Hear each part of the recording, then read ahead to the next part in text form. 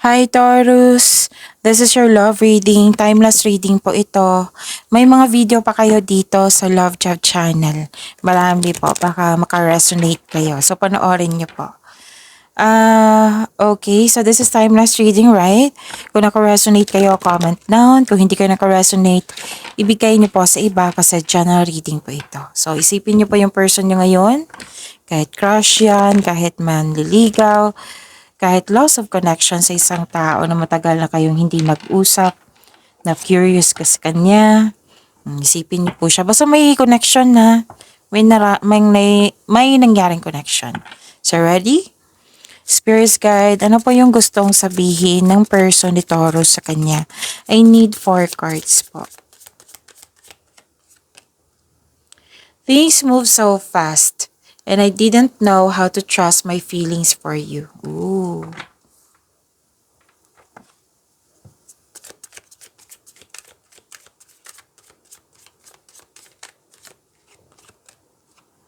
The thought of you drive me crazy. Wow! So, yun. Iniisip ka niya parate. Dalawang card na nag-confirm niyan ha. Ano pa po yung gusto niyang sabihin ng person ni Taurus sa kanya? Another 2 cards po. I fear you will never forgive me. Ano ba yung kasalanan niya, Taurus?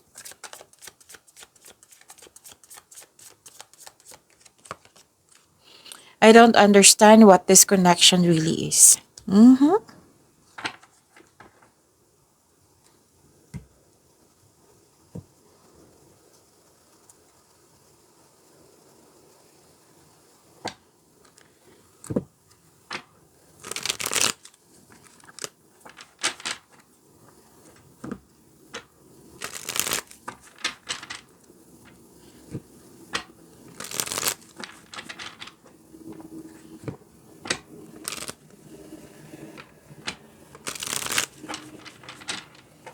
Para po ito sa inyo, Taurus, sa inyong love life po. Spirit guide, kamusta po ang feelings? Kamusta ang love life ni Taurus? I need 2 cards po. Kamusta po ang energy sa love life ni Taurus?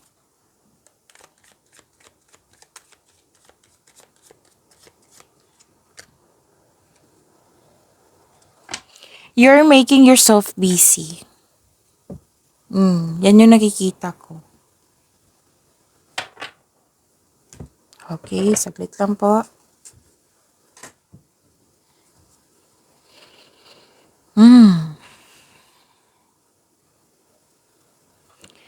Nakita ko dito na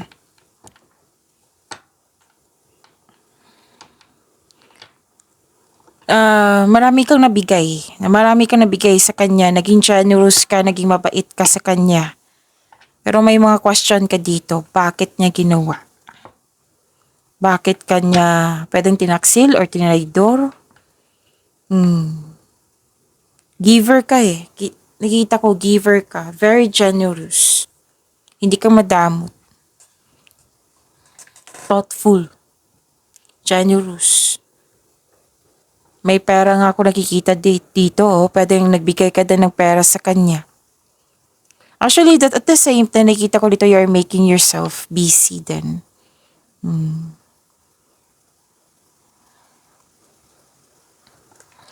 At nagkaroon ng conflict dito, argument. Nagkaroon ng pag-aaway po. Naging toxic po. So, give up ka dito. Yung pwedeng naghiwalay kayo nito or nagkaroon ng space. Kasi may nakita ko dito eh. Pwedeng ikaw ito or pwedeng siya na gustong manalo sa lahat. Yung, like for example, yung sabi dito nag-argument. Gusto niya siya yung tamas. Gusto niya siya yung panalo. Ganun. Parang nagkukumpit. So may unpleasant conversation. Yung nag-uusap kayo for solution pero para magkasundo kayo pero ang ending nag-away. So may away talaga oh. So may pag-give up, may nag-walk out, may nag-walk away. Basta naging toxic po. Spirits guide, ano po yung challenges na ma-overcome sa love life ni Taurus? I need 2 cards po.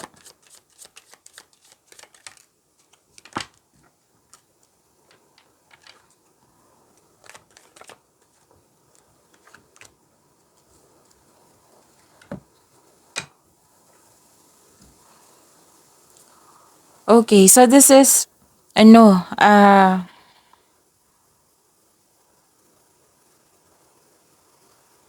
pwedeng ang concern mo sa kanya is naging aggressive siya or pwedeng kayo ito na naging aggressive or gustong maiayos din. Kasi this is fast action din also. Oo. Pwedeng kayo ang nagsuyo ha? Or siya? So, tingnan natin yung sa kanya. Basta may, dito, very active na suyuin. Masyadong mabilis. Sabi po dito. May posibilidad na mag-travel kayo para magkita? Some of you?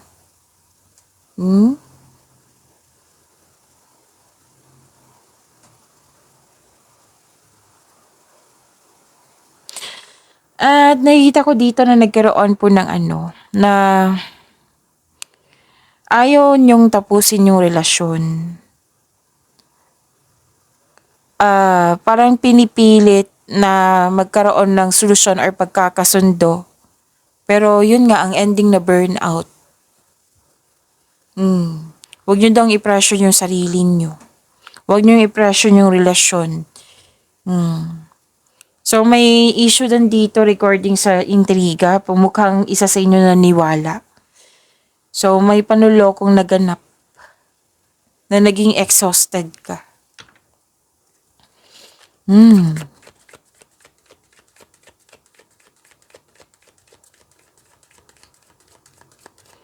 Spirits guide, ano pa po yung gusto niya sabihin kay Taurus? About sa person ni Taurus po, ano pa po yung gusto niya sabihin kay Taurus? Kamusta po yung feelings? Ano po yung ginagawa? Kamusta po yung feelings ng person ni Taurus? At ano yung next action ng person ni Taurus sa kanilang connection?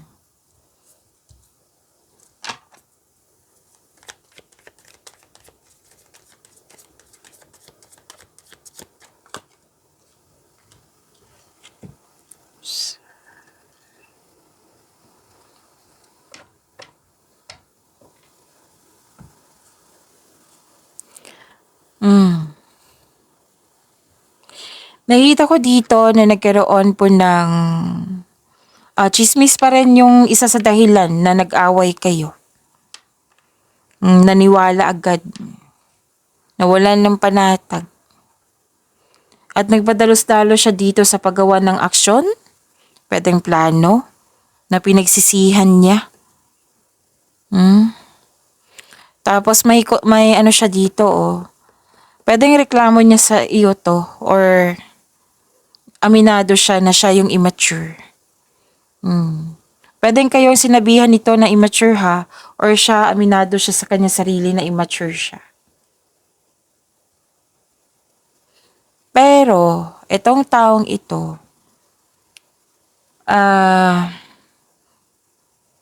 kung may biyahe talaga, may nakikita ako dito, pwedeng long distance kayo. May biyahe kasi ako nakikita dito. Actually, malaki ang kanyang pangarap sa inyong relasyon, sa inyong connection. Kasi may nakita ko ditong gusto niya mag-settle down, gusto niyang magkaayos kayo, na maging happy kayo. Pwedeng iniisip niya ito or gusto niya talagang mangyari na mag-engage, magkasal, mag-propose, ganon, may mag-travel. Yan, may nakita kong travel din. Gusto niyang magkaroon na magsama na kayo sa isang bubong kasi may nakita kong structure dito. And naniniwala siya na kayo talaga. handang-handa na siya na kausapin. So, this is an action niya. So, prepare yourself. Baka biglaan to mag-propose sa'yo or yung makipag-usap sa'yo, makipagbati sa'yo. So, posibleng mag-travel kayo or siya ang travel patungo sa'yo. Basta may nakita ako ditong celebration, kasal, engagement ba to or mag-propose to sa'yo. At may structure ako nakikita dito. So, building family, building, mag-isang bubong na kayo. So, ito yung action niya. At least may action ha, kasi sunod-sunod na yung mga reading ko na walang action yung iba. So, at least may nakita ko action dito. So, sa mga cross-watcher dito na may connection kay Taurus, this person, si Taurus, nasaktan talaga siya. Oo. Iniisip-isip niya, lalo na't mag-isa siya na yung away niyo, yung hindi pagkakasundo. Pero busy tong taong to, si Taurus. Binibisi niya yung sarili niya. Siguro para makalimot. Pero si Taurus, posibleng kakausapin ka niya. Posible. So, huwag kayong sumuko mga cross-watcher dito. So, yun. Maraming salamat po.